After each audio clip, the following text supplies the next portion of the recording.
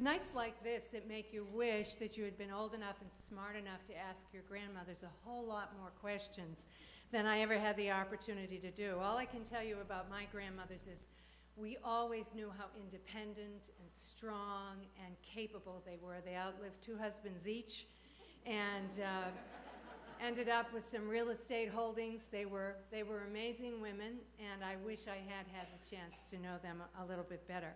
We're going to have a spirited conversation tonight. Let me just briefly introduce each panelist by name and affiliation, and then as each one speaks, I'll give you the details about their expertise and careers, if that's okay with you. The first person to your left here is Ruth Ann Harris, who's a professor here of Irish Studies at Boston College. Next to her is Joyce Antler, a professor of American Jewish History and Culture at Brandeis. Maureen Dizelle is the author of the Irish America Coming into Clover, and is a living arts reporter for the Boston Globe. And Hasia Diner, is a professor of American Jewish History at New York University, but has also written books on the Irish immigrant experience. So it's going to be a very interesting discussion. Let me more formally introduce now Ruth Ann Harris, who's going to speak first. They're each going to speak for 15 minutes, and I'm going to have a little help timing, I think, and then we're going to open it up to questions. I have a feeling there'll be quite a lot of those tonight. So Ruth Ann Harris is adjunct professor of history and Irish studies in the Irish Studies program of Boston College. She is the founder and facilitator of the Boston Irish Colloquium. Her professional honors and awards include board member, Council for International Exchange of Scholars, Area Advisory Committee for Western Europe, Subcommittee for Ireland and the United Kingdom. Wow, there's a lot in here, huh? Regular liaison between the Council for International Exchange of Scholars, U.S. Information Agency, Irish Scholarship Board, Cultural Affairs Committee of the Ministry of Foreign Affairs, Ireland, and Cultural Affairs Officer, U.S. Embassy. She is author of The Nearest Place That Wasn't Ireland, Early 19th Century Irish Labor Migration, and was chief editor of the first four volumes of data on Irish immigrants, The Search for Missing Friends, Irish Immigrant Advertisements Placed in the Boston Pilot, 1831 to 1860. Ruth Ann, it is all yours.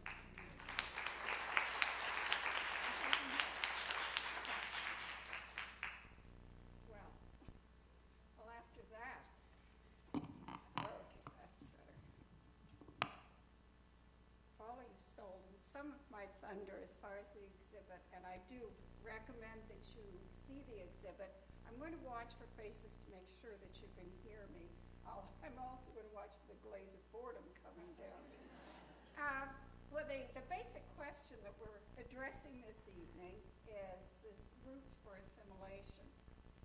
And, again, remembering the exhibit upstairs, raises the question for me, do Irish women perform any comparable function in the sense of salons? And I would say, for one thing, is that Irish women prize brilliant conversational skills, but I'll come back to that. Events like this are a tribute to Adele Dalsimer, who with Kevin O'Neill founded the Irish Studies program here at... Sure, okay. Yeah.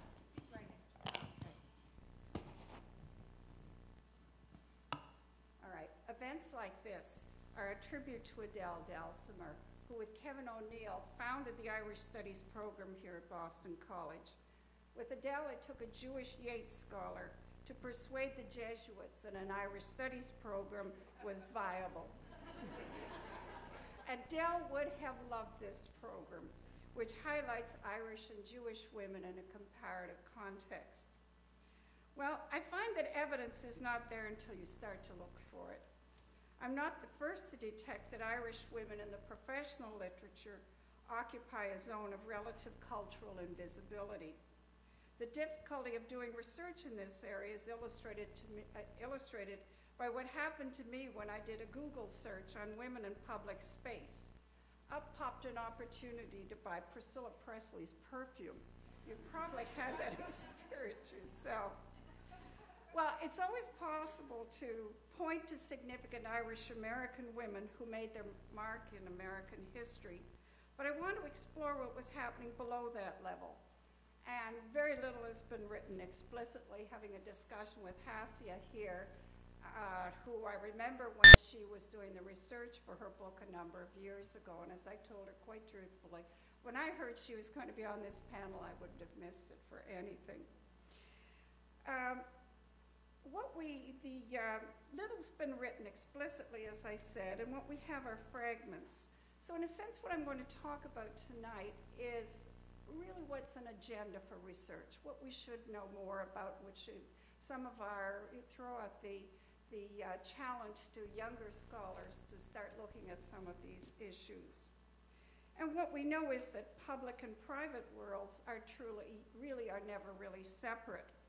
So let me turn briefly to some of the characteristics of Irish women in Ireland. What we know is that Irish women were reared in a culture that defined a woman's worth in economic terms. So it's not surprising that this ethic really determined their behavior in America and defined and determined their behavior. Irish women were characterized by independence, Paula has reinforced that, and a considerable degree of autonomy of action.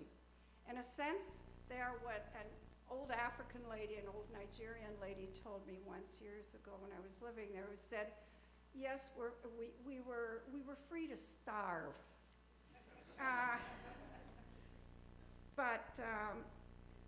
Also there was fairly rigid separation of the sexes in Ireland, which functioned to permit women to define themselves in economic terms. An aspect of what promoted this sense of independence was a pattern of seasonal migration in which the males of the family left the women of the household.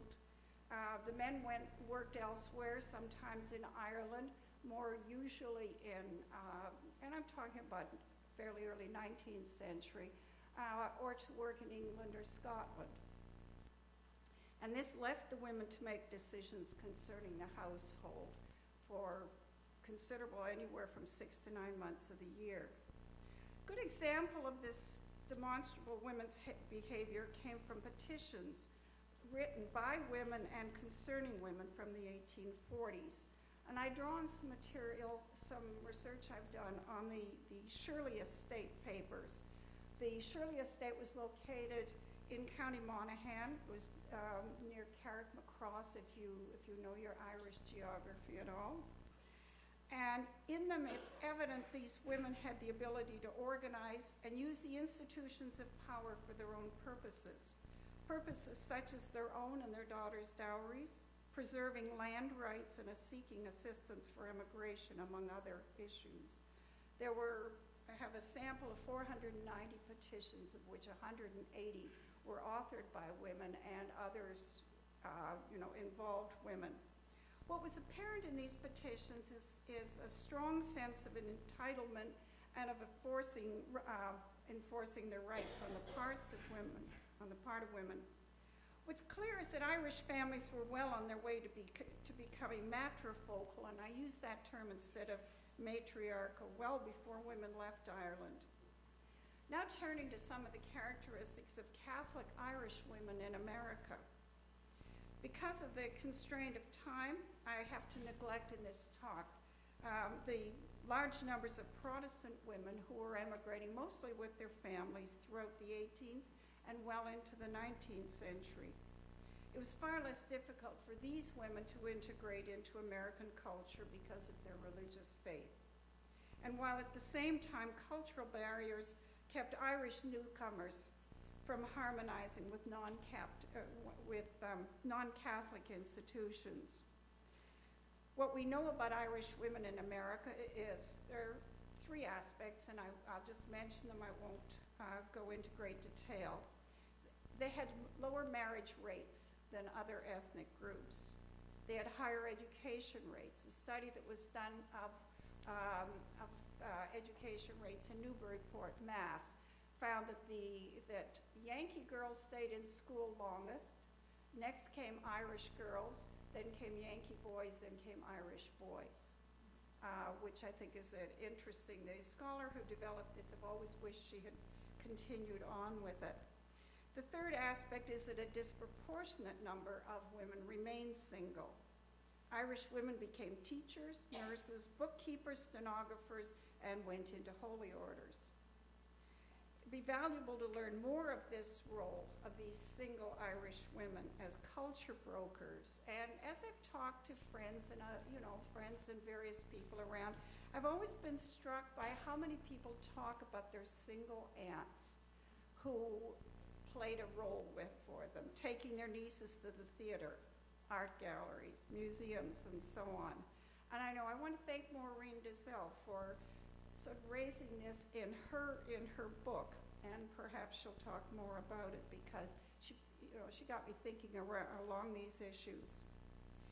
Which leads me to the role of Irish American women as what I'd call improvers. Some of you may be familiar with Finlay Peter Dunne. He was a Chicago journalist in the late 19th century who created a mythical Chicago Irish-American bartender called Mr. Dooley, whose wise observations about life as he saw it around him are still being quoted. Mr. Dooley's women are always trying to improve their husbands. And in one case, this was a wife giving her almost illiterate husband a book of Emerson's poems. I will not even try to quote the dialect. Where did Irish American women develop these cultural aspirations? Many women had worked in wealthy households and had learned models of social success in the homes in which they worked. In their roles as domestics, Irish women learned more of the world of the upper classes than did the men. I recommend a visit to the Brookline home of the Kennedy family. I don't know how many of you have done that.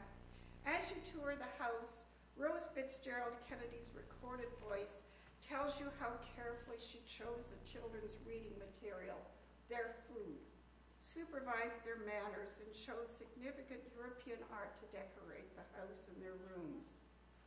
To advance a family, you have to have a strategy.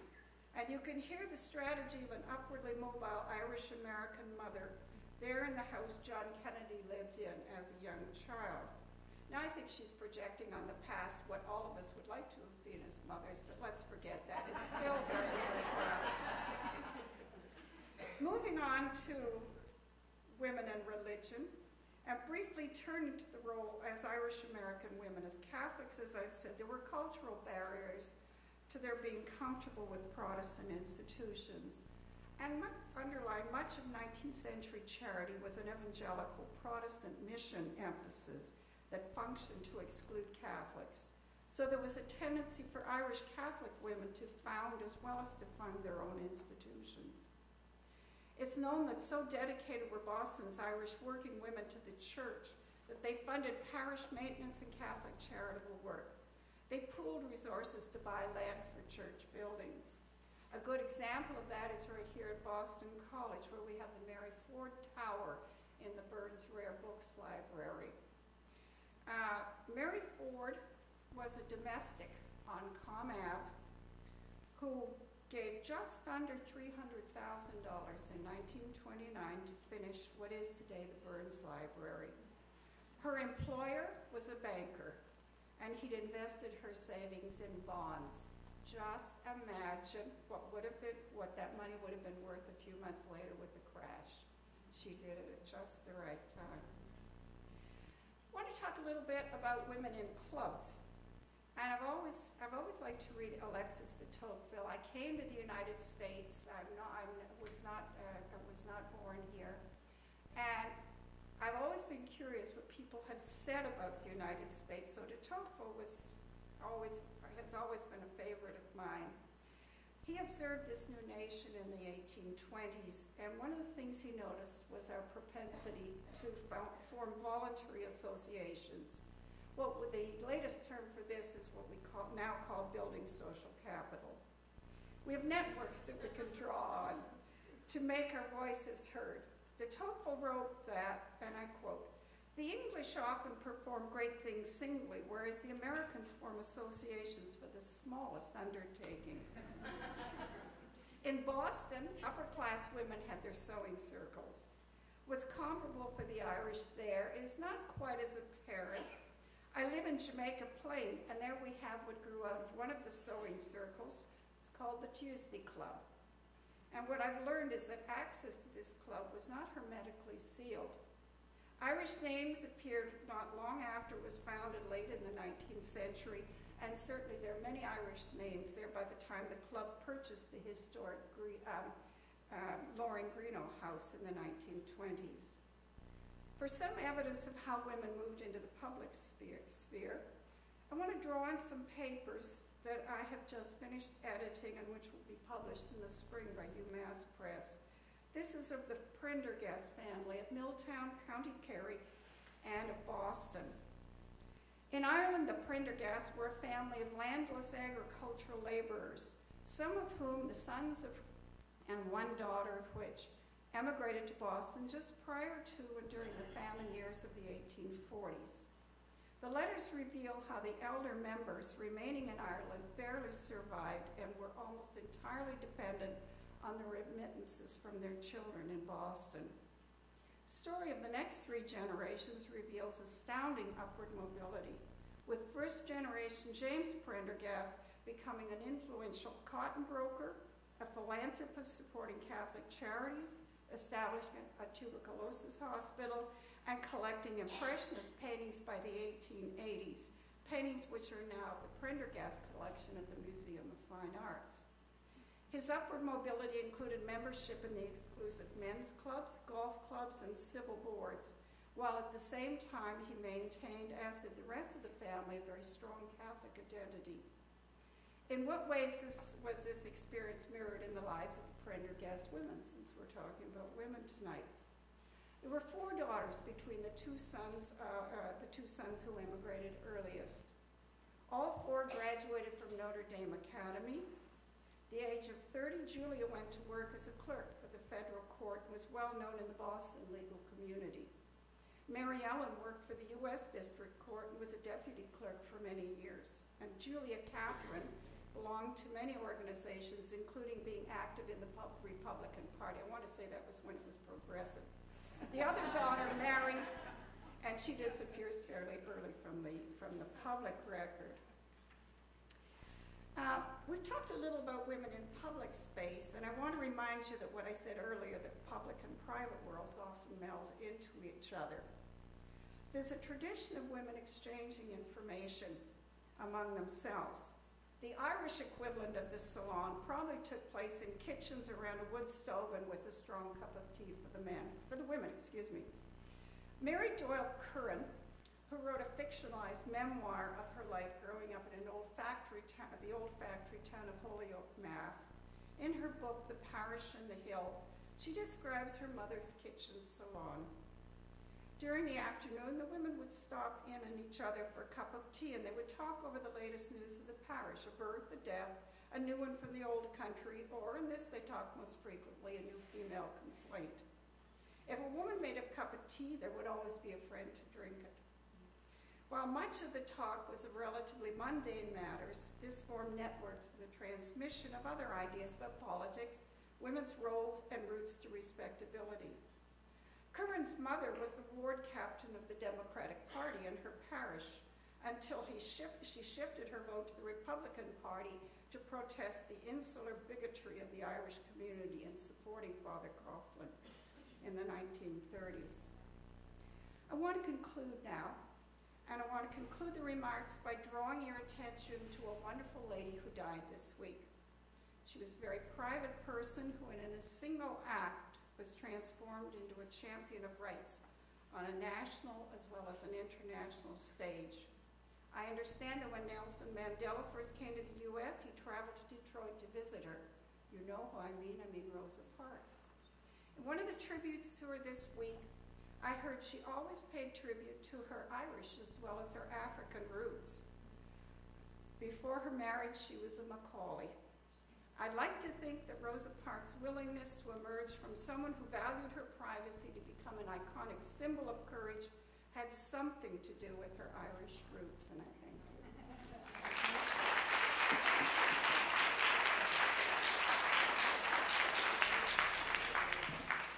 Thank you, Ruth Ann. Love that Curran family out there in Holyoke. Our next speaker is Joyce Antler. And Joyce, as I indicated earlier, is a professor at Brandeis. She is the Samuel Lane Professor of American Jewish History and Culture and the chair of the Department of American Studies at Brandeis.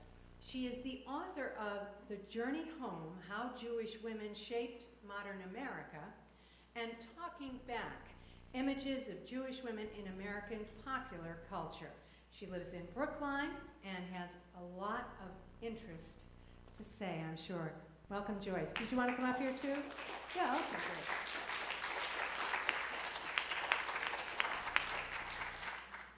Thank you. Truth in advertising, I must admit that I haven't updated my website. I'm no longer chair of the American Studies Department, so I'll go home and do my homework. Thanks to the new Center for Arts and Culture and to the museum for inviting me tonight, and I'm delighted to be able to talk about the ways in which Jewish women acted as culture brokers between the immigrant world and the new American society. That's the topic we were asked to address. Jewish women did this in numerous ways, but I'd like to focus on just one tonight, popular culture, as a way in which Jewish women built bridges to the larger society. They used fiction, film, vaudeville theater, radio, television in innovative ways, and through these ways we understand how Jewish women accommodated to American society and interpreted that society back home. I think first we have to draw a distinction between the public work of these immigrant women and the extensive private conversations that happened in other kinds of salons. The salonières were exceptional women who became major players by using their power in conversation. By the mid-20th century, movies, television, and radio had largely replaced the role that salons had played in facilitating cultural exchange. I'd like to focus most of my remarks on radio and television, and particularly the show The Goldbergs, or The Rise of the Goldbergs. Anybody here ever heard of that? You're all too young. You're just being nice. Just being nice. Well, so we won't see that yet. In a minute or two, we're going to have a little bit of a visual. But before I talk about the Goldbergs as a way of building bridges, I want to give you a little bit of what came before.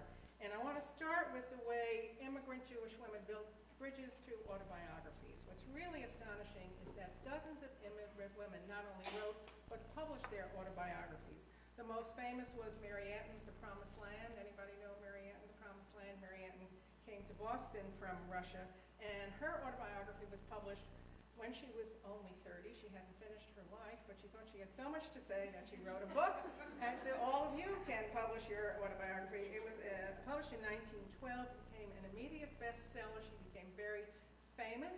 Former President Theodore Roosevelt wrote an introduction. By the time of her death in 1949, it had gone through some 35 editions. The question is why? She wasn't famous when she wrote it. She hadn't done anything special.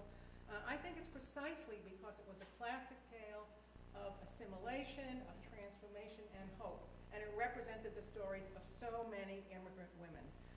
Now, Antin wasn't part of a salon exactly, but she did visit with a woman named Josephine Lazarus, who was the older sister of Emma Lazarus. Give me your time, your chorus, see a lot of nods. And she came to Josephine Lazarus, and so did another woman named Jessie Samter, who wrote poetry and early Zionist essays. So there was a connection, woman to woman, immigrants, Zionists, and I don't know if we can call it a salon. That's not my topic tonight, but these kinds of conversations did happen. Back to Mary Antin. As I said, there were at least 30 such immigrant autobiographies of Jewish women, and the really astonishing thing was that for these women, English was their second language. They weren't famous, and yet they were very popular because they gave voice to the struggles that immigrant women had, and they represented a larger story.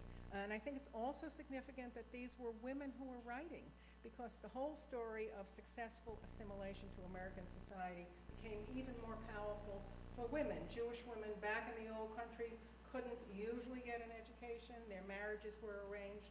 So when they talked about the hope of America, they were linking American freedom to women's autonomy, and that was very powerful.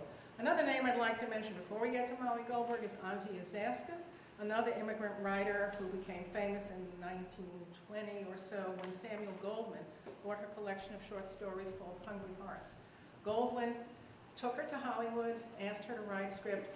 Very poignantly, she didn't have money for car fare to go and make the deal. She had to sell her mother's feather bed to go get car fare to make the deal, and she went to Hollywood, was terribly exasperated at its false values. They made the film, Hungry Hearts silent film, in 1922, and instead of the tragic ending, she has the Jewish mother in the story chopping her apartment to shreds. You can get it from the National Center for Jewish Film at Brandeis silent film, when the landlord doubles the rent because she's painted the kitchen white and made it beautiful. And in her short story, she loses in court because capitalism, you can do whatever you want. And in the film, not only does she win in court, but the end of the film, there's a white picket fence and a house in the suburbs. Kazaska says, a happy ending to my story. You know, so Hollywood had something to do with how these stories become translated. Want to also mention, before we get to Molly Goldberg, which we will, Fanny Hurst, another writer from a German-American Jewish family who by the 1930s and 40s was known as the highest paid writer in the world. Hundreds of sob sister short stories, tear-jerkers, 30 novels made into films, humoresque, imitation of life, younger generation. So many stories, not about Jews, very few of them were about Jews, but again telling the story of working class women usually and the hardships they experienced. She wasn't Eastern European, she wasn't an immigrant herself, but she went against her family, married an East European Jew, her parents were against it, and she kept that secret until it was outed by a reporter. No offense, Mary. Now finally, let me mention Gertrude Berg and the Goldbergs, because I think this show illustrates how bridge building really became intensified with radio and television. Gertrude Berg's show, she wrote 5,000 radio episodes and thousands of other episodes, starred in it, and also produced the show. It became second only to Amos and Andy in the 30s and popular throughout its transformation into a television show through the early 1960s. And this was very important because in this period of time, Jews really were not represented in Hollywood films. So to have this show of Jewishness was very important. She began in 1929, NBC took on presenting this sort of sitcom of a Jewish family very nervously. And then when Gertrude Berg had to go off the air because she had laryngitis, thousands of letters poured in. They wanted to know where was Molly, and the show was definitely a success. She really felt that the microphone that she wore was like a telephone in which she was talking to real people. She got her ideas from her family, from visiting the Lower East Side. She felt that the characters were as if they were pages out of a family diary, and she was telling the story of, quote, every mother. She had real people play the extras on the show. She cooked borscht and chicken on the show itself. And when there'd be a fight in the Goldberg house, people would have high blood pressure, you know, or when she was in the hospital, they'd call her, they'd call trying to find out how she was. So no matter how exaggerated, how much of a character the show was, everybody felt it was authentic. Ryder said, I have never heard anyone who knows Jewish life say that the Goldbergs are not true to life. Molly Goldberg is so basically true a character, I sometimes think she will be an enduring name in the national literature. She is the prototype of the Jewish mother. Another writer said it was like a documentary. Let's see now if Francine can help us just a few moments, really a few, of the show so you have a sense of it. This is a 1950 show called Molly's Fish, and if this works, we will be able to. Be amazed. I would be amazed. Thanks to Send to Francine. big screen. She knows about all of this. Well, you We hadn't really known that there was going to be this machine here. Where is it? Where is it? Did you press this? Oh, you pressed that. Wait. Okay. Oh, All right, so this is, we hope. okay. Send to big screen. Where's the guy? Is he there? I don't know where John is. Okay, we'll pretend like nothing happened. Too bad. Wait a minute. Wait a minute. Wait a minute. Wait a minute. Oh, you saw something? Yeah. Okay. Sauce? Yeah, that's play. Yeah, I know. That is play. Image smooth if we did that.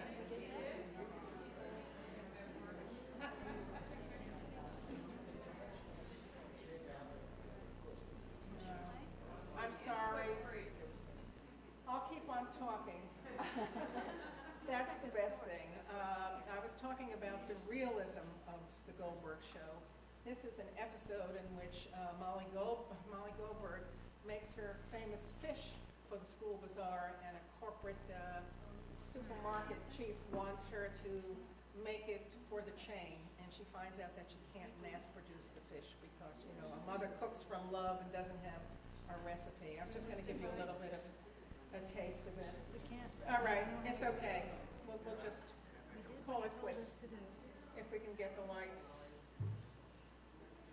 No big deal.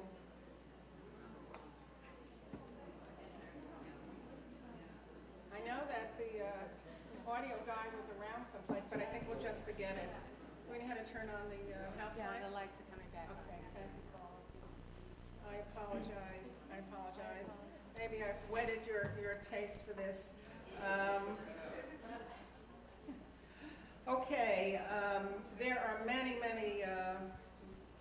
shows, thousands of shows of Goldberg's, but let me not take up more of your time. I do want to say a couple of things about why the show became so popular. First of all, it was popular not only amongst Jews, but amongst all sorts of people. Ministers wrote sermons based on the show. A nun in a famous letter wrote in asking for a show that she missed during Lent. Orthodox rabbis explained how people didn't have to, should keep the TV on Friday so they could see it on the Sabbath. And she won many awards because the show was considered a force for decency and the democratic way of life.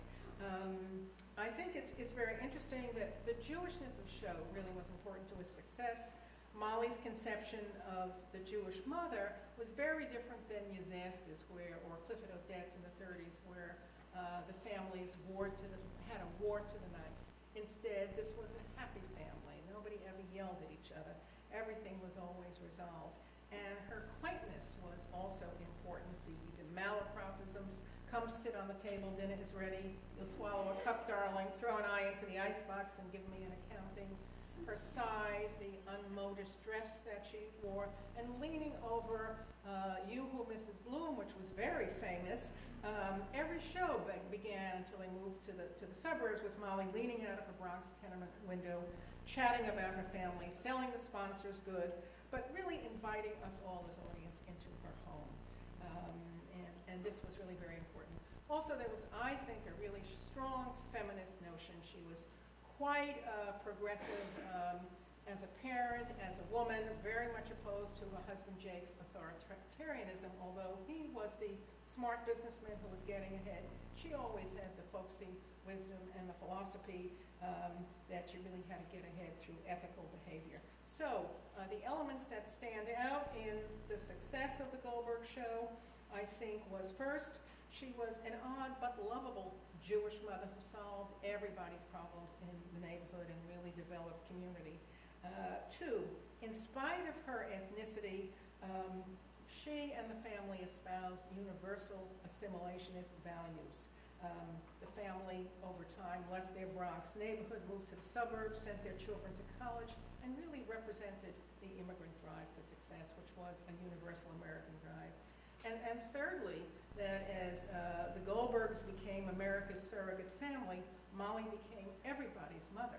Because of her difference, because of her ethnicity, these kind of interdenominational differences could be bridged. And I think that was very important. However, in order to accomplish this, Berg said she made a conscious decision, quote, not to bring in anything that will bother people, unions, politics, fundraising, Zionism, socialism, intergroup relations. I don't stress them. After all, aren't such things secondary to daily living? The Goldbergs are not defensive about their Jewishness or especially aware of it. I keep things average. I don't want to lose friends. So she didn't quite tell the entire truth about all her subjects, but she did explore working class immigrant life and express the hopes and dreams of this group to a very broad public.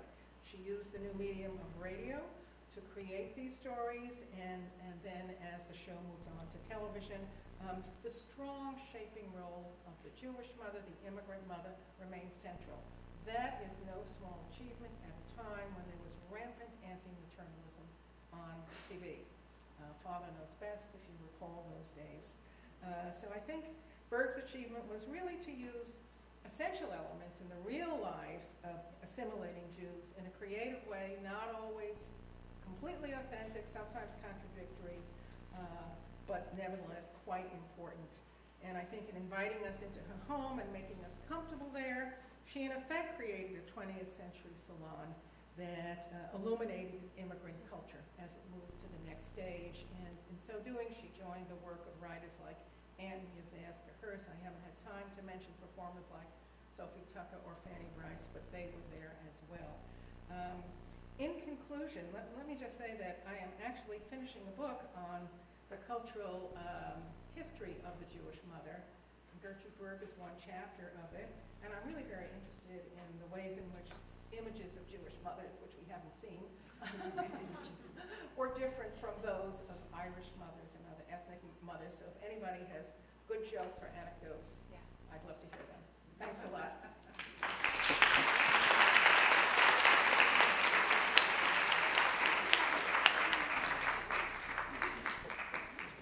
Thank you, Joyce. It strikes me that Lucille Ball got the credit, didn't she, for being the first real executive woman running her own show in television. I don't think I realized that Molly Goldberg or Gertrude Berg did all that. In the late 40s. And she wrote them all. She wrote them, Produced she them, acted in them amazing. for a long period of time. Amazing. Thank you very much. Our next speaker is Maureen Dizelle, no stranger here because she's a graduate of Boston College. Luckily, she had my husband as her professor at once upon a time, and probably is why she's in journalism, we're not sure.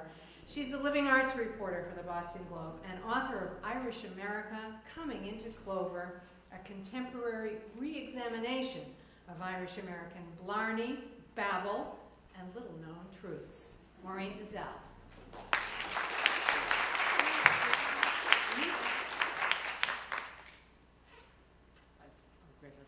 Thank you. You're talking to that mic. Okay. You want Irish mother stories? Okay. The working title of my book was not Coming into Clover. The working title of my book was Who Do You Think You Are? Oh, I can tell all the Irish in the audience now. And that is, in fact, the mantra of basically the culture carried by the Irish American mother. There are a lot of good things, there are a lot of good things which I will most certainly get to, but fear of the sin of pride and the strange affliction called a swelled head is rampant in Ireland and the United States, and it comes down through both the secular and the religious culture. You can't just blame the church, you can't blame the English, it's there.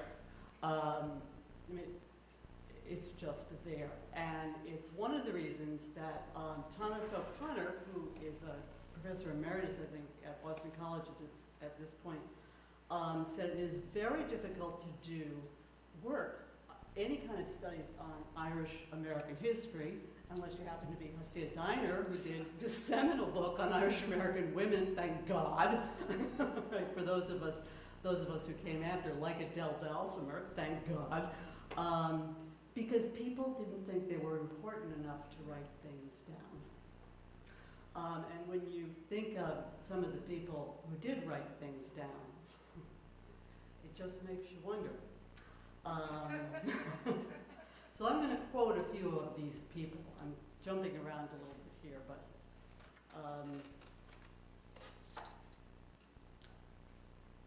I wrote this book because I wanted to read it, and I found out a number of fascinating things in the course of doing it about a culture I didn't think I had.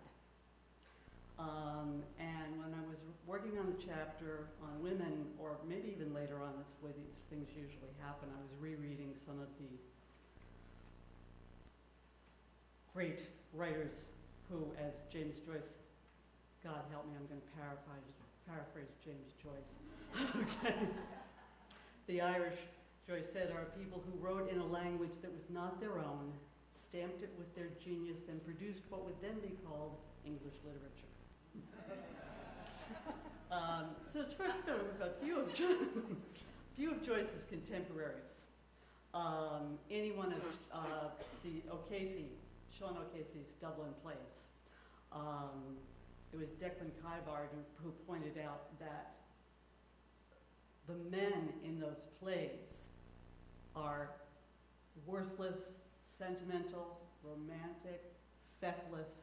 The women are like steel walls.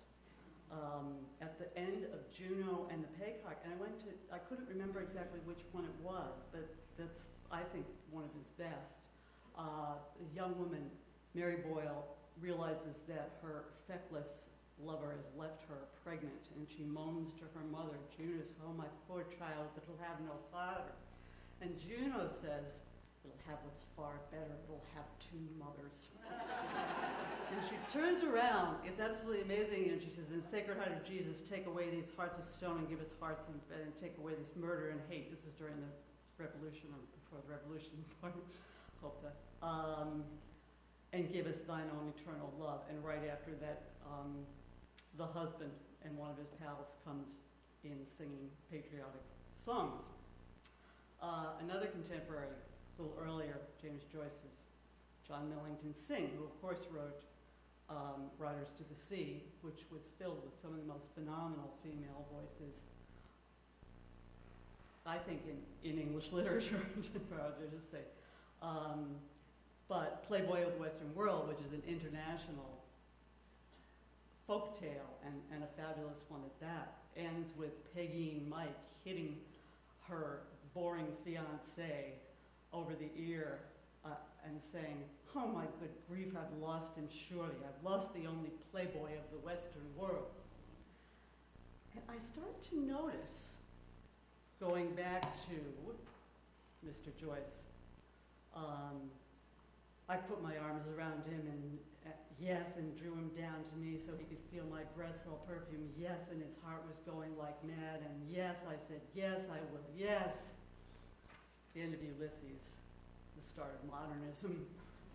I realized that almost all of the great Irish male writers ended their seminal works with a woman speaking.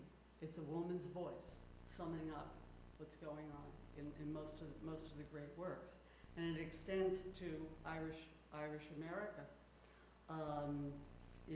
Eugene O'Neill, the tragic speech of Mary Tyrone at the end of Long Day's Journey into Night, when they realize that they're bound to repeat the same mistakes over and over again, and she says, "I can't remember what happened. Oh, that was in the winter of my senior year. I can't remember that happened. Yes, I fell in love with James Tyrone, and I was so happy for a time." And more recently, this year's Tony Award winner, Doubt, which if you haven't seen it in New York, I suggest you do, a play that is not really about pedophilia. It's about the Catholic Church in the early 1960s. And I just lost the quote.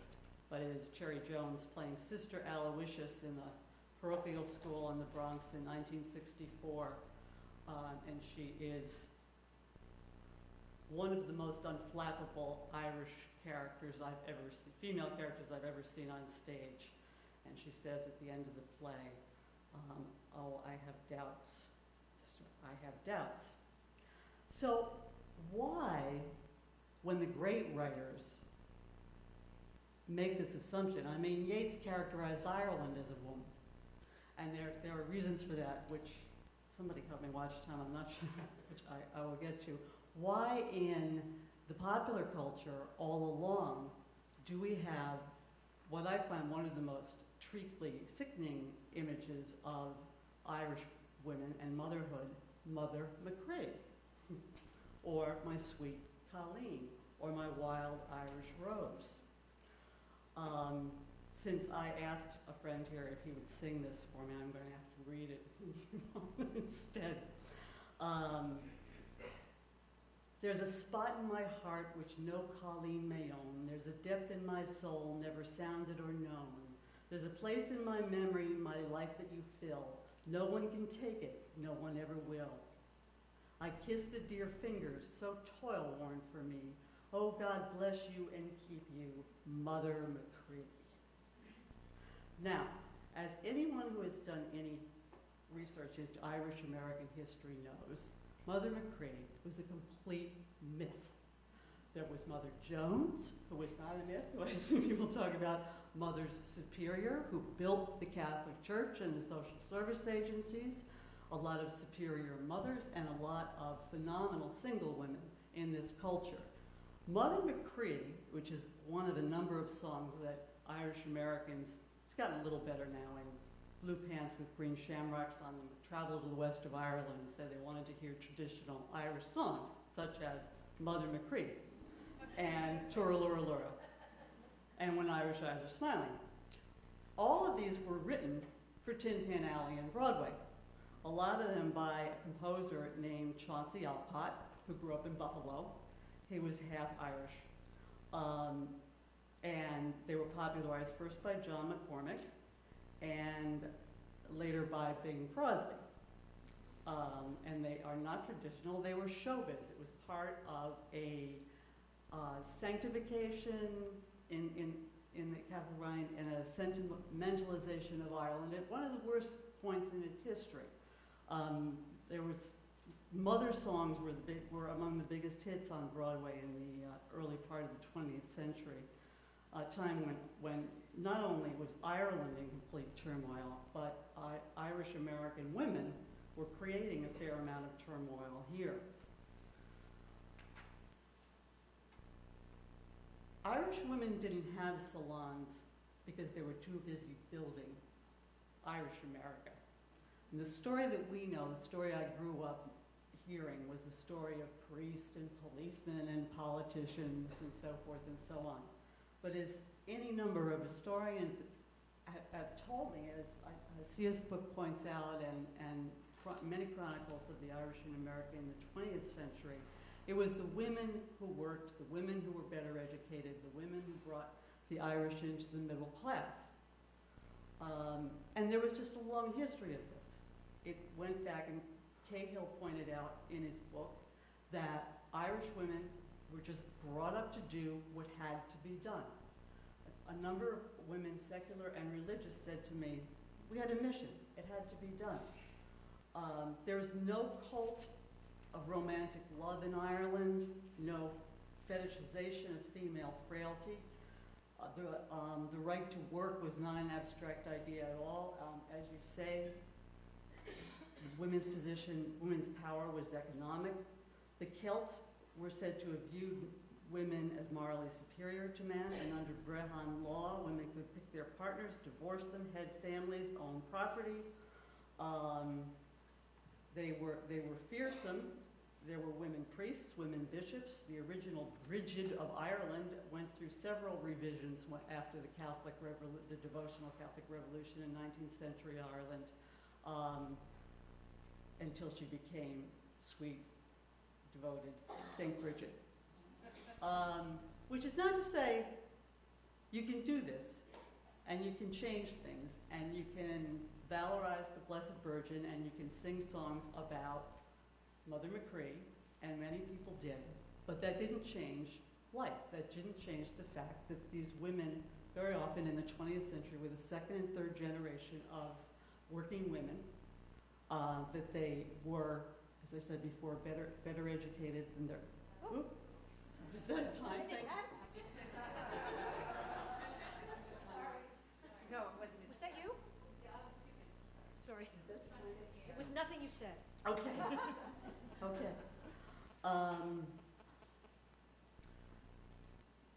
Early on, when I was doing the interviewing for the book, I met a tenor, he was a child singer in, I believe, the 30s or the 40s, and he's still singing. He sings all over the world. His name was Robert White. And he started on the Fred Allen Show with Bing, and he appeared once with Bing Crosby, and his apartment was fascinating. There were pictures all over the place. And his Irish-born mother never commented, never complimented his career. She was afraid he was going to get a swelled head. he said, this was in singing Mother McCree, and what a myth it is, that he had sung at the White House, which to her was, at the Kennedy White House, excuse me, to her was the pinnacle of her son's career, and she was pleased with that. But she didn't really talk about it until 1967, when she was unfortunately lying, on her deathbed, and she hadn't spoken for several hours. As it happened, a book had come out just recently on parties at the Kennedy White House, and there were pictures in the book of Robert's appearance there. Now, mind you, the woman hadn't spoken in hours, and his sister-in-law, who was there, said, "Oh, are you in the book?" And the mother's eyes shoot open. She looks at both of them and she goes, "In it? He was all over it." End of story. The Irish woman's declaration is always the end of the story, always the last thing, the definitive thing. Bing Crosby, who popularized all of those songs, once spoke of his luck and his talent, and his mother said, "Your luck has been my prayers and the prayers I've asked the poor Clare nuns to offer up for you."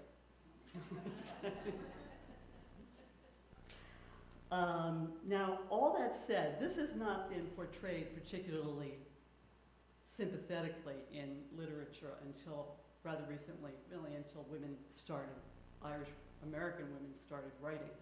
I'll read a quote from Andrew Greeley in That Most Distressful Nation, which was the first sociological study of Irish Catholic Americans. Seems appropriate for this group. He says, "Most male alcoholics are the sons of mothers who rule the roost, who have married women just like their mothers. So are underachievers. The Jewish mother encourages her children to overachievement so that she may be proud of them. The Irish mother encourages underachievement so that she may continue to dominate them." Thank you, Father Greeley. Okay. There has been a phenomenal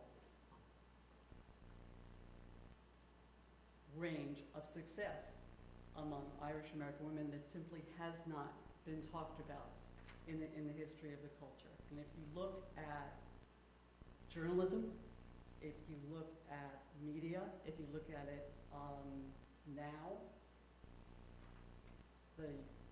the Pulitzer Prize winners as columnists, Maureen Dowd, Anna Quinlan, Eileen McNamara, the Gail Collins, who's the head of the New York Times op-ed page.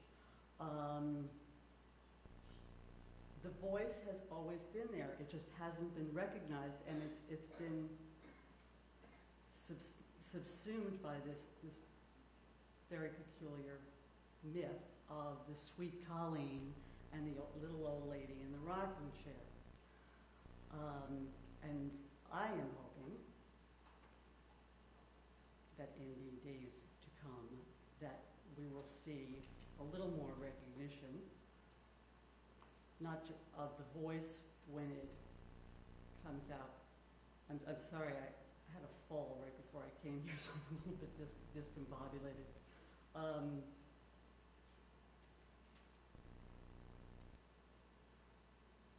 With my pages. We'll see, finally, I think, now that we have Alice McDermott, we have some other writers. The men seem to, the great male writers seem to have recognized it all along. We'll get some recognition of Mother Jones, Margaret Higgins Sanger, Dorothy Day, co-founder of the Works Movement, Georgia O'Keeffe, the philanthropist Margaret Rudkin, who turned her talent for baking into Pepperidge Farm bakeries, Sol Campbell Soup, Jane Hoey, the first director of the U.S. Department of Welfare, and Rachel Carson, author of Silent Spring. Irish women have been pioneers and protesters. Elizabeth Gurley Flynn, Mother Jones, as we mentioned, a lot of the early union leaders. A lot of firsts, starting with Margaret Bork White, the first female photographer allowed into the Soviet Union, Little Mo Connolly, Sandra Day O'Connor, Kathleen Sullivan, the first woman dean of Harvard Law School, Eileen Collins, the first female to command a space shuttle. She's now head of the whole thing, as I recall.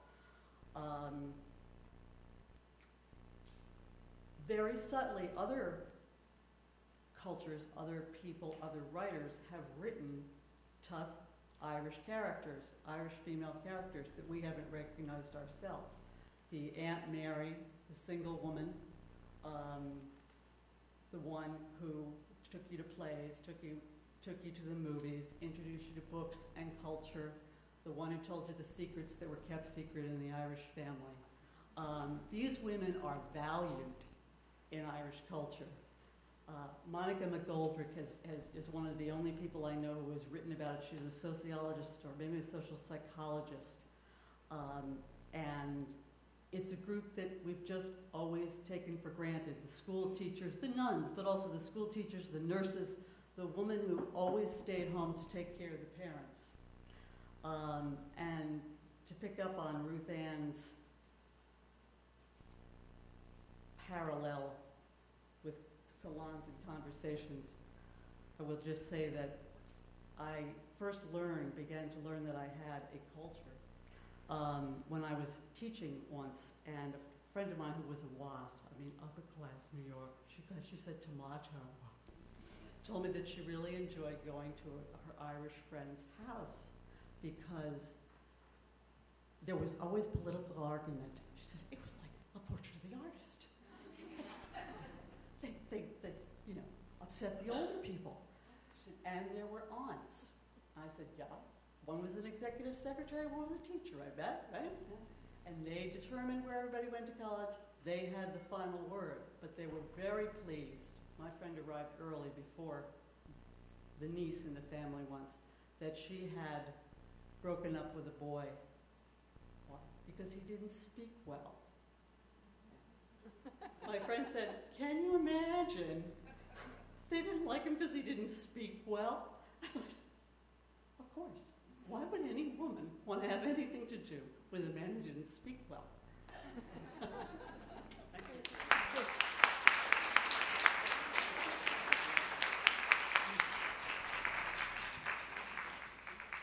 I don't know, I always thought that Father Greeley might be just a touch arrogant, but I'm not sure. I wasn't happy with that one. I don't think he'd say that today. Well, now we have the privilege of hearing from, is it Hasia or Hasia? Hasia Diener, who's going to pull it all together for us, I think, because she is the Paul and Sylvia Steinberg Professor of American Jewish History at New York University with a joint appointment in the departments of History and the Skirball Department of Hebrew and Judaic Studies, and is the director of the Goldstein-Gorin Center for American Jewish History. She is a specialist in immigration and in ethnic history, American Jewish history and the history of American women. And she's the author of a number of published books, including In the Almost Promised Land, American Jews and Blacks 1915 to 35, Erin's Daughters in America, Irish Immigrant Women in the 19th Century, and A Time for Gathering, the Second Migration, 1820 to 1880, Lower East Side Memories, The Jewish Place in America, and Hungering for America, Italian, Irish, and Jewish Foodways in the Age of Migration. That's got to be tasty. Hasidina.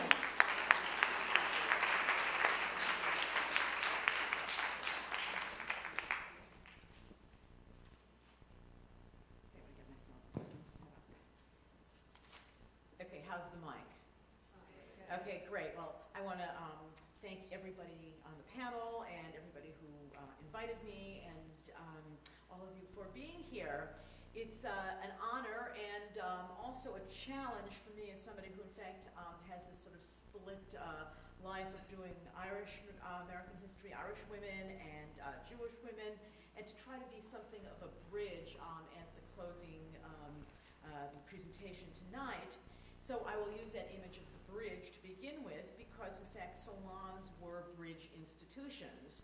Come on in, who your ancestors were significantly less important in the salon than if you were clever or if you were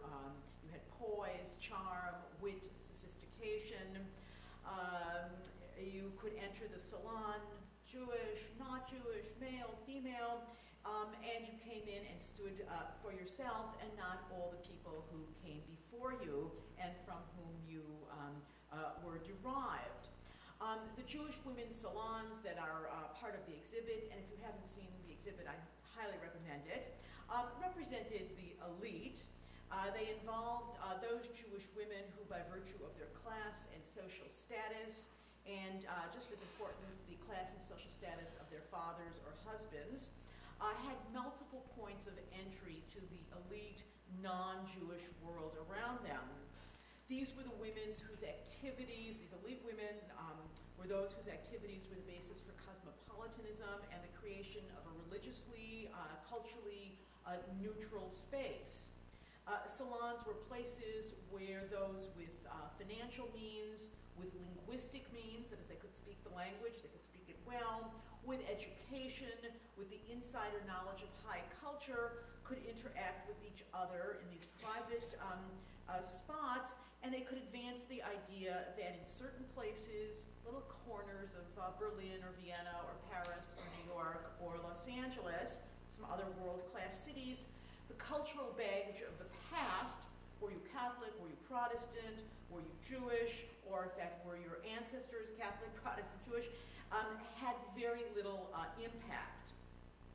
But, and the question I want to spend my time here talking about this evening is what about Irish and Jewish women of the working class? They weren't part of this salon world. Where and how did Jewish and Irish immigrant women with no well-connected spouses, with no well-heeled parents, with limited economic means, with limited American education, find the means to create their salons or their bridges, which could transcend the profound divides which shaped everyday life? Now, certainly in the United States, immigrant Irish women, immigrant Jewish women lived their lives, we might say, around walls rather than bridges. Life of an everyday basis was lived with members of the group, the neighborhood, the family, the places of worship, friendship circles, where you did your shopping, the associations you belonged to in the immigrant era were within the confines of the ethnic community. And so life for them was built, again, around walls and not bridges. But I think one of the most notable exceptions and one of the bridges between Irish women's history and Jewish women's history in America and the immigrant population was, in fact, the American labor movement. And this is what I'd really like to focus my talk about. Of the many similarities between the historic experiences of Jewish women and Irish women in the United States, their unique and notable involvement and commitment to the labor movement as leaders, and just as importantly as the rank and file members, was something worth commenting about. Not only did Irish and Jewish women join and lead unions, challenge, sometimes successfully, usually unsuccessfully, not because they didn't try, the male leadership of those unions, but Jewish and Irish women gravitated towards those particular unions which were broad-based, cross-class alliances of workers from many different industries who saw economic action as political action and used the unions as ways not only to get a better wage, but to advance their own ideas about human dignity. Just to quickly throw out the tremendous significance of Irish women in the Knights of Labor, for example, in the latter part of the 19th century, and then Jewish women in the International Ladies Garment Workers Union and the Amalgamated Clothing Workers Union, which became key members of the CIO when it broke off from the AFL, are two sort of in his two different time periods, two similar kinds of unions that Irish women first and then Jewish women later gravitated to. Irish and Jewish women were willing to commit to an institution, the union, in whatever trade or industry they found themselves, that nearly all other American women, native-born as well as women from other immigrant backgrounds, refused to join. So it's not just that Irish and Jewish women joined unions, but most other women did not, would not. If one were to run down the list of notable women in America up through the 1920s who were the heroes of the labor movement, you basically would only find Irish women and Jewish women. So Leonora Berry, Leonora O'Reilly, Kate Mullaney on one side, and I use 3, but there could be 50, there could be 100. Could be matched in the slightly later generation by Rose Schneiderman, Pauline Newman, Fania Cohn, and again, those could go on. We even do have a Maud O'Farrell Schwartz. As an Irish woman who married somebody who is Jewish. If we want to take, in fact, 2 kind of iconic stories in the period right before the Civil War, a young laundress, a woman who worked in the Troy, New York, making the shirt collars and cuffs that men wore, since they wore the same shirt every day and they just changed the collars and cuffs. A woman by the name of Kate Mullaney brooked the disdain of everyone around her for calling these laundresses out on strike. And when the men who were in fact in charge of the union said it was no time to strike, she refused to listen to them. And then just a half-century later, to coincide with the Great Jewish Migration, a young girl by the name of Clara Lemlich in 1909 stood up on her chair at a meeting in Cooper Union and interrupted the male speaker, who was in fact president of the union. And what did she care? Although she was only 16 years old, she stood up on her chair and said, "I don't care what he says. I say we go out on strike." And she launched what was now known as the Uprising of the 20,000. And these were 20,000, and I'll come back to this in a second, primarily, although not exclusively, young Jewish women. At the more radical end of the spectrum, if we want to ask who were the women who embodied labor radicalism in America and who were defined as dangerous, well, we have the perfect pairing of Mother Jones of County Cork and Emma Goldman, both in their times called the most dangerous woman in America. So it's not just that they had this similar history of activism, but both Irish women and Jewish women used the labor movement for, in a way, creating their working class salons, although they would have disdained the name if they'd even known what that meant. These women worked in ethnically mixed settings. That is, Irish women didn't work just with Irish women, and Jewish women didn't work just with Jewish women. I think they often worked together in the same fields, but they also worked in factories and workshops and mills with Italian women, German women, French Canadian, Slavic, African American, with all sorts of other women, nearly all of whom, for reasons of their own and reasons way beyond the scope of this talk, did not, would not, could not join the union. These other women, for their own reasons, did not see the labor movement or the unions as appropriate institutions with to which to commit themselves. But the Irish and Jewish women not only joined in numbers far out of their proportion in the population, but they goaded the other women on to accept the union's rationale.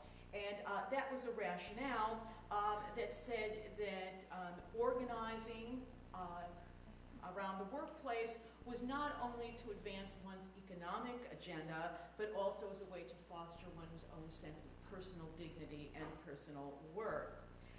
Irish and Jewish women, through their unions, were as such culture brokers, a phrase Ruth Ann Harris began us with.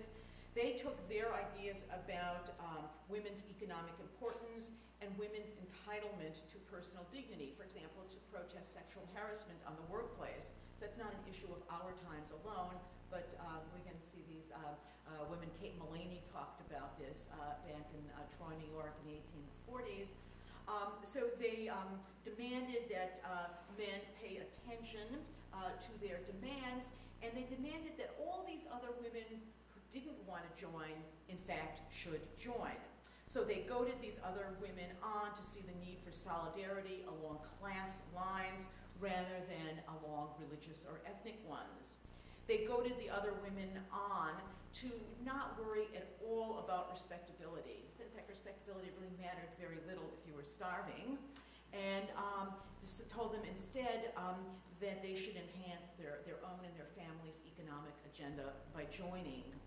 So in the meeting rooms and in the union halls, on the strike lines and on the strike committees, in the boards of the union locals, Irish women and Jewish women not only reached out to other women like themselves, Jewish to Jewish, Irish to Irish, but they built bridges to each other, and they met each other, and they communicated with other women, trying to teach them about the importance of the union. So we might indeed, when we want to think about working class analogy to the elite salons of this wonderful exhibit, we can think about some darkly lit, sparsely furnished meeting room with probably pretty shabby furniture compared to what you're going to see in the exhibit and the kind of opulence with which those salons were bedecked. But instead, in this sparsely furnished meeting room, in which an Irish or a Jewish immigrant woman called a meeting together, put together an agenda, convinced others to follow along a particular path. These were salons which sought to improve women's lives by building bridges to other women who, despite all sorts of other differences, knew what it meant to be at the bottom of the industrial labor force. So salons can take all sorts of forms. They can end up on museum walls as notable places where wit and culture and cosmopolitanism predominated, but they can also be places where, in this case, the Irish and Jewish women were able to forge bonds across previously walled communities to make the world a better place. Thank you.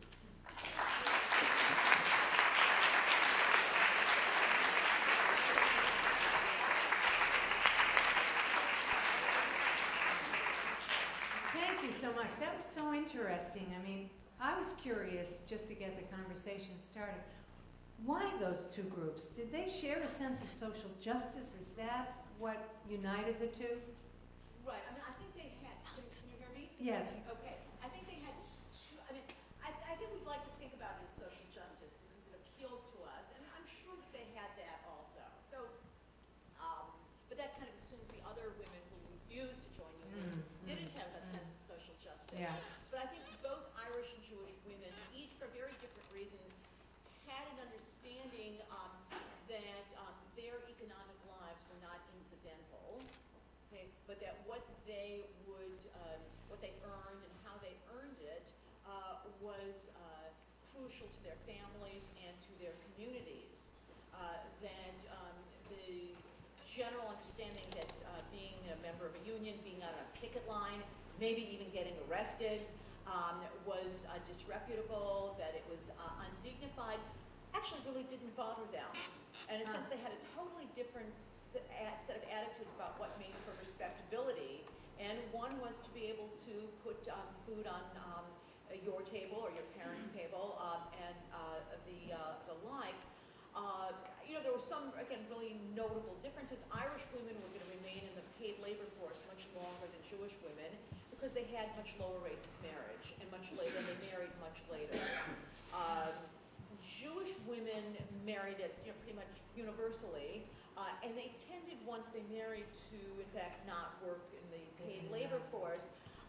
But at the time that they were on the job, you know, this really mattered. I'm not throwing one other equation. I don't want to, you know, have obviously other people want to comment.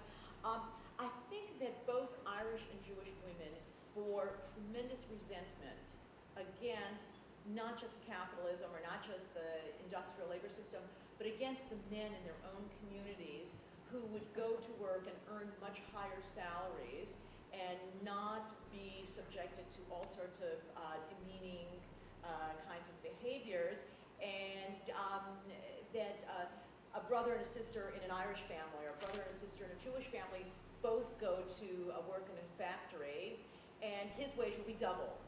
Yeah. Okay? He brings home, he can keep his wage because he's a man.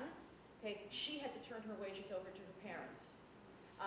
They went to the same factory and she would get hit upon by the boss.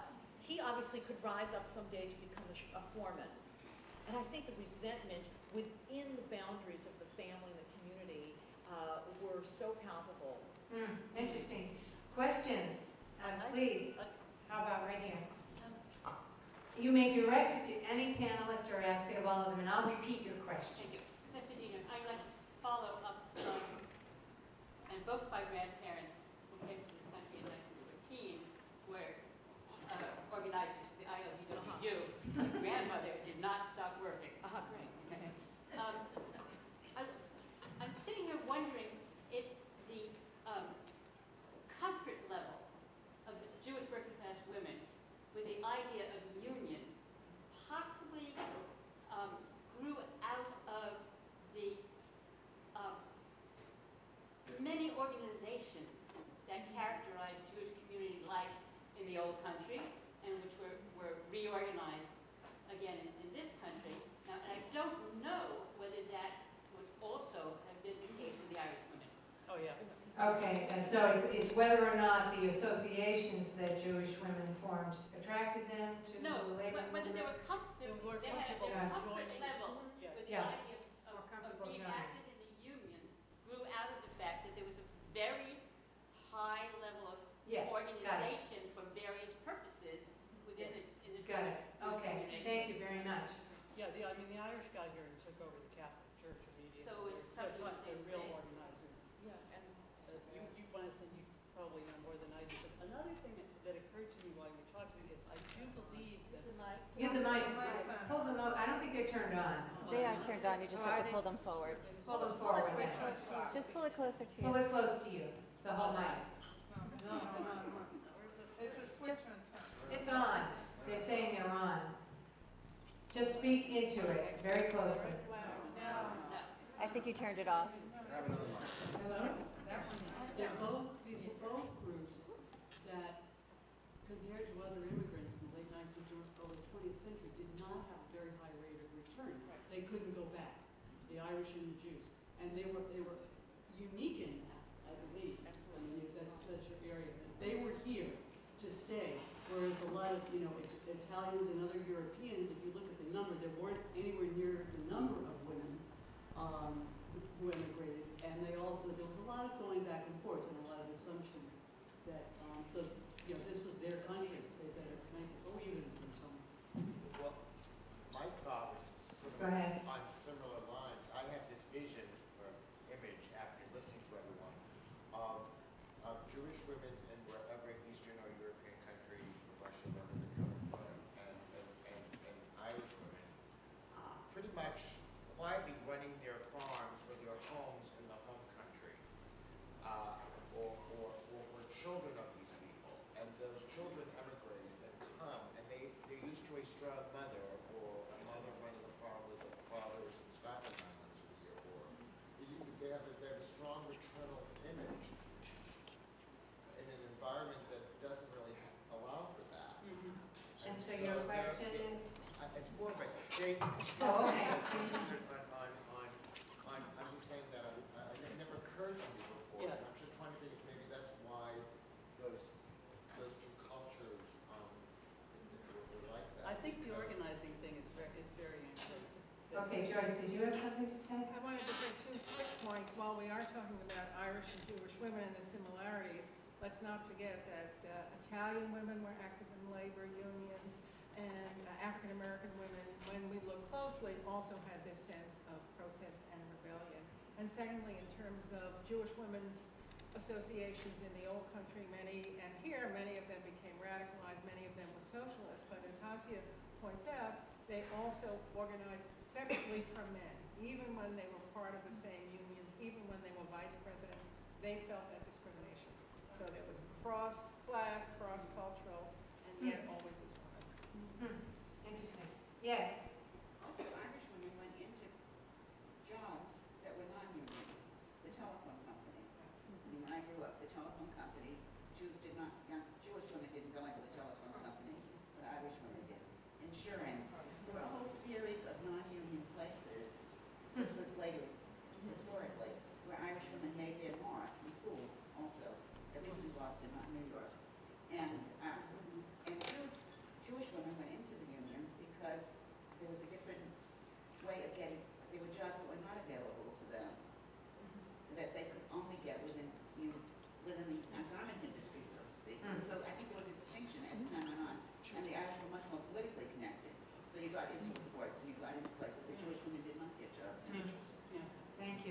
question up in the back here? Oh. Well, this is not a salon exactly, but I think somebody should look at the Roman Catholic Women's College, which were founded in the late 19th century, through the early 20th. The nuns were very much in locus parentis, and although one would expect to take required courses, there were always lecturers invited in, monitors invited in, and we were strongly encouraged to attend all of these affairs, such as something like this tonight.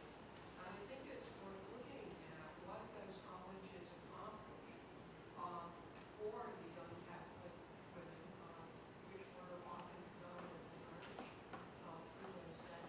Has anybody looked at that? Yes, Suzanne? Yes, Janet Nolan has just published the book on exactly what you're talking about. She's been saying for years, she's at Loyola in Chicago, and she's been saying for years that, you know, that it was important to look at this role of the nuns as promoters of women's education. And I haven't had an opportunity to see her book yet. She's talked here at school, and she and I have talked quite a bit. So, One of the sisters that I interviewed for the book, who was, and I'm looking for which order and which, I mean, some of them, there are more ex-nuns than nuns in the United States right now, but some of the jobs they have, I mean, the Chicago Commissioner of Public Health is a nun, and has been for the last 10 years. But this sister, Karen Kennelly, told me that more women in Congress have been graduates of Catholic women's colleges than any other group, which was not really surprising me. I wasn't able to verify that or to get the numbers, but it doesn't really surprise me being the daughter of a Trinity College alum. yeah, thank you for bringing that out. Thank you. Francine wins, she's just is sort of in charge here, so she gets a question. I'm interested to know this difference in parenting and what was communicated to children. That, you know, Jewish boys particularly on pedestals, and children were in Jewish culture quite highly valued and encouraged and told go and be and do, and in the Irish culture, don't be getting above yourself. And I'm interested to have you ladies talk a little bit about what's that about? Why are those so different? Can you all hear that question? My response immediately is sometimes the words don't match the actions. Right. The same women that said don't be above yourself still made sacrifices for their daughters to go to school. And they were strong. Yes. When it comes to women, and there were high expectations educationally. You're expected to succeed. You're just not supposed to show off. Right. Now, there's the positive side. I came to see the positive side of who do you think you are, which came from a colonial society, which Ireland was until almost 1930, and a poor Catholic society in which you always saw yourself or Christ in other people and vice versa. Ireland has the highest per capita charitable giving rate in the world. Ireland What has rate? Charitable Charity. giving rate in the world, and that's both out of pocket and when they had nothing, they have stuff now. And if you look, I did some numbers on sort of being in social services and so forth and so on. I mean, that humility has its positive aspects as well as its complete neuroses. I mean, Alice McDermott, when she won the book award for Charming Billy, got up and said, "All right, I'm not going to get a swelled head." Can I say something about that Jewish parenting? Yes, it's true that the stereotype is that Jewish mothers push their sons for achievement, but in fact, what we see when we look closely is the same for daughters. In all the oral histories that have been done, it's the Jewish mothers who have praised their daughters, encouraged them to achieve in school, to go to college, and so forth. So that is one thing. Achievement in school and success is very important, I think. I can't compare that to the Irish because I don't know the Irish story. But secondly, this question of respect. although it's For learning. important in Jewish culture, no, respect for the parents. Though honor thy parents is very important, you could talk back to the mother. You really could. You could disapprove, you could yell at her, you could do some of these things and still have what Margaret Mead in a comparative study of immigrant cultures called unconditional love. So I think that is important. I don't know how that works across the cultures, but, respect for schooling, and you could talk back. I think I got my mouth washed out with soap. Oh, When I talked back. That is interesting. Yes. Joyce, you talked about how Jewish women are encouraged to be educated, to be independent and autonomous. Yet at the same time, Jewish women were also very much encouraged to marry.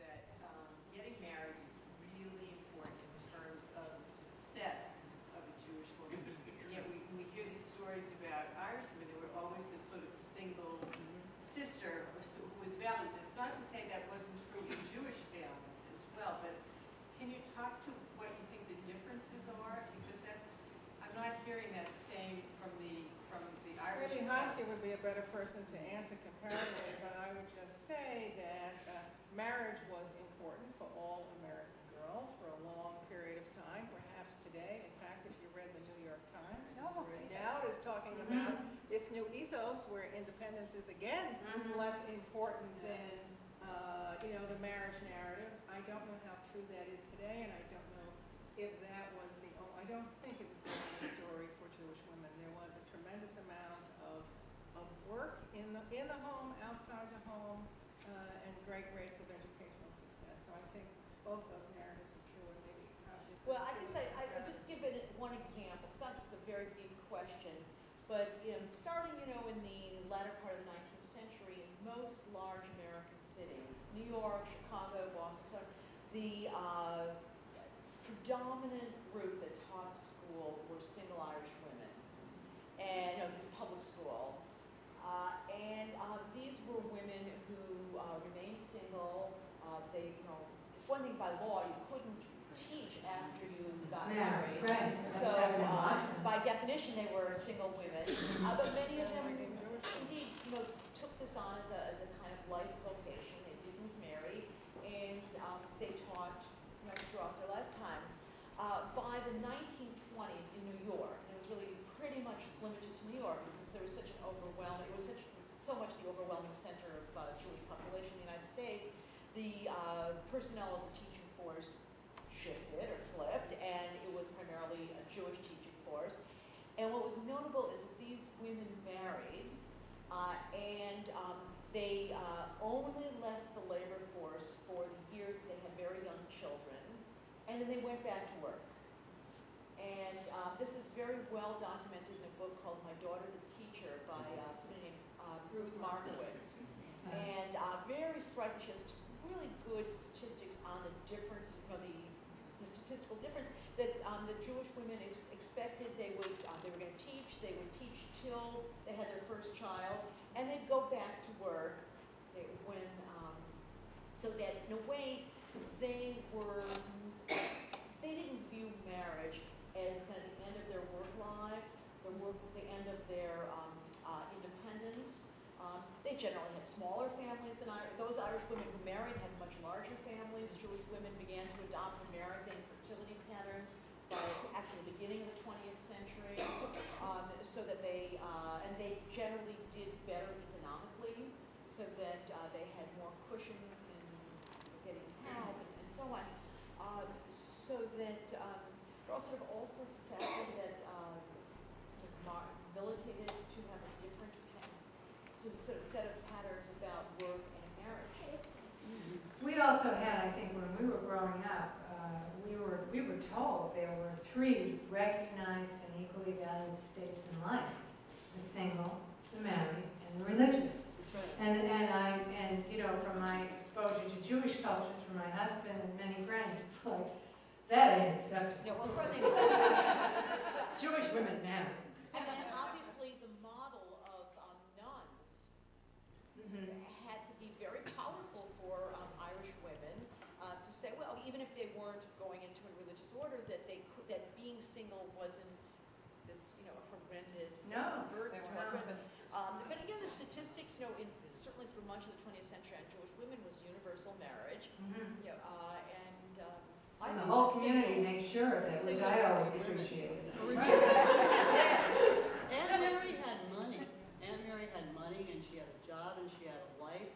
And your mother had 8 or 9 kids, and too many. And also, think about the pool of available men out there. I mean, a lot of the smartest ones went into the priesthood in those days. Yeah. Yes, question? One of the reasons that the Jewish women married was that from the time women are young, they were taught that the religion would pass through them. So the Yes. fact that they had a responsibility to bring up Jewish children Also true, was yeah. one of the reasons that they married. And you always had that, and in the Jewish religion, the religion is passed on along. It's the child who is born to a Jewish mother is Jewish. Right. If the child is born to a Jewish father and not a Jewish mother, they assume that the religion would follow the mother's religion, because the mother can't very well teach the religion that isn't hers. Right. So I think that That's has another something to do important with why point. Jewish women felt an obligation to marry and have children. So the hierarchical nature of the Catholic Church militated against what, you know, yeah. Well, there's no virtue in virginity in Judaism.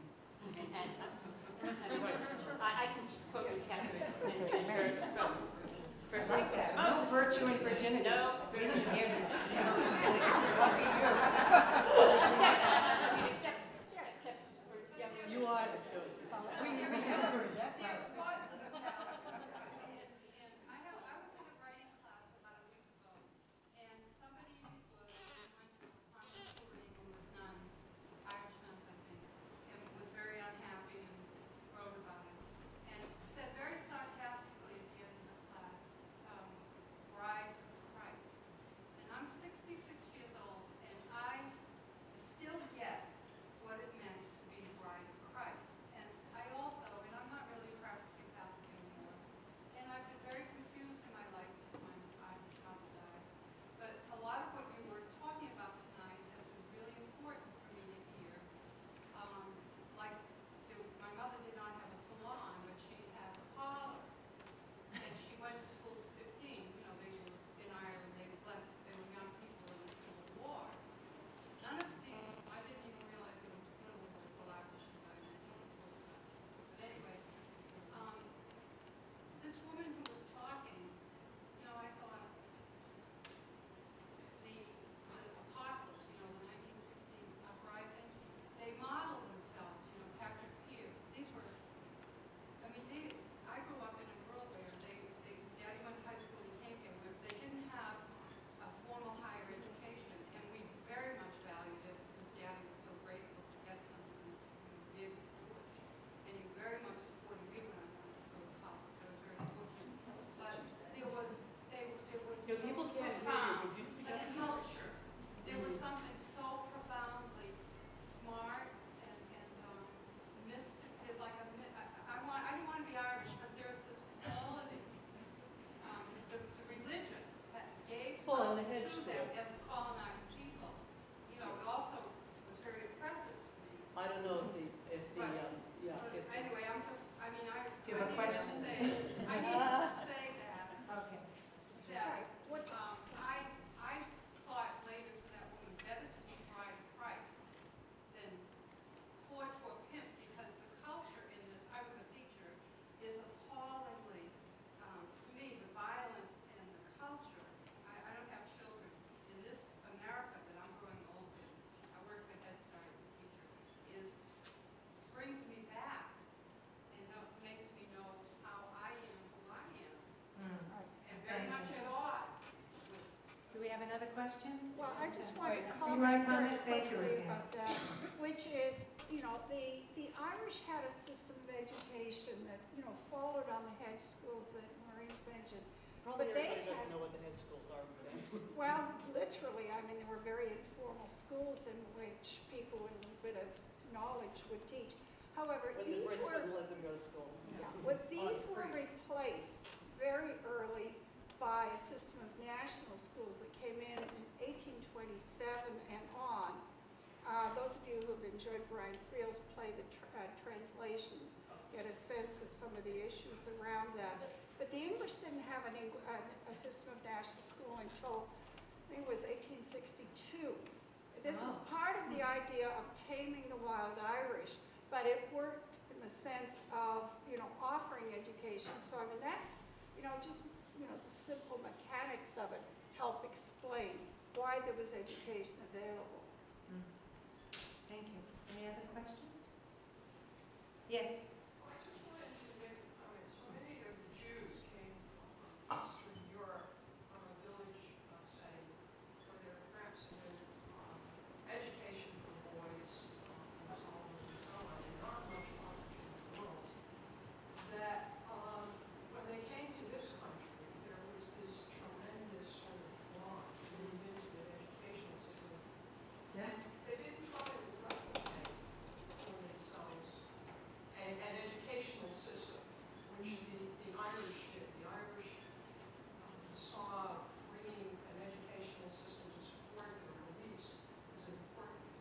And I wondered if you would comment about that they, when they now had the opportunity, they didn't really build an educational system related to their religion, except it was. Well, I think what you're commenting on is the difference between the Irish, again, starting in the 1840s, begin to create this parochial school system, which is an alternative to American public education, because they viewed American public education as basically Protestant and evangelical and therefore dangerous, and because they couldn't change it, they just kind of created alternatives. Jewish immigrants coming primarily by the end of the in large numbers after the 1870s, very specifically did not create an alternative school system and went into the public schools and valued the public education and in essence fought the Christian content in the schools. Where they were large enough in number, they worked to get rid of it. And in a way, they viewed that, the Christmas pageant or New York State had Bible reading and so on as small prices to pay for what they saw as the promise of public education for integration. That is, American public education was going to be the place where their children would learn all the skills needed to negotiate American society. And it's not that they did certainly create supplementary schools, but the concern for economic mobility and cultural integration was so great that there were close to almost no alternative schools built. And So they worked from within. It was, an extremely conscious strategy, and that economic mobility trumped having, to perhaps be in a Christmas pageant, which they would just say was just silliness. At the same time, I would only add that the experience of anti-Semitism in the public schools in particular places was definitely present. One last question before we say goodnight? Yes? Well, I grew up in Brooklyn, where St. A's school was across the street from the public school, and that's where the Catholics went, and the Jewish went to the public schools, and then they went to Hebrew school. Yeah. Then they got their religious training, like now CCD or something. Yeah. So it's just a very different notion about how to integrate and what to build and what not. The Catholics had a big fight over that, though.